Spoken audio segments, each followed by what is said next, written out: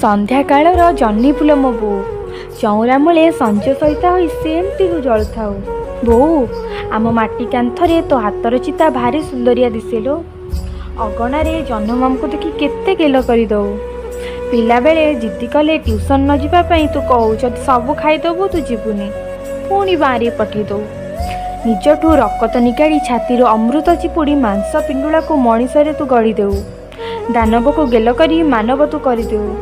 ଗପ କହି କହି ଲକ୍ଷେ ଜହ୍ନ ଦ୍ୱାରା କେଉଁ ସୋରିଷ ମାଣ୍ଡିଆ ବଣକୁ ଆମ ଅଗଣାରେ ଆଣିଦେଉ।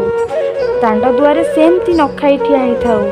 ମୁଣ୍ଡରେ ହାତ ବୁଲାଇ କହୁ, କ'ଣ ଖାଇଛୁ କିଲୋ ବାହାରେ ନା ନାଇଁ?